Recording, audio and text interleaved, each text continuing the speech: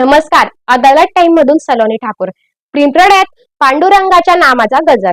पिंपळा येथे सालाबाद प्रमाणे यंदाही आषाढी एकादशीच्या दिवशी भक्तिभावाने रथोत्सव साजरा करण्यात आला। विठ्ठल रुक्मिणी मंदिरातून सकाळी रथोत्सव यात्रेचे प्रारंभ झाला। ढोल ताशांच्या गजरात, टाळ मृदुंगाच्या गवसणीने आणि हरिनाम संकीर्तनात गावातील भाविकांनी मोठ्या संख्येने सहभाग घेतला।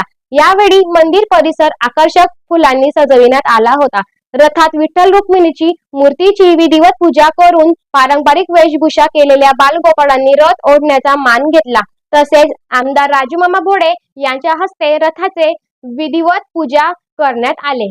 संपूर्ण गावात रथयात्रा फिरून मंदिरात पुन्हा परत आली। या कार्यक्रमासाठी ग्रामस्थांनी संपूर्ण उत्स्फूर्तपणे सहभाग घेतला। महिला गटांनी अभंग गायन साजरे केले। यावेळी हरिपाठ, कीर्तन, भजन व महाप्रसाद यांचे आयोजन करण्यात आले होते।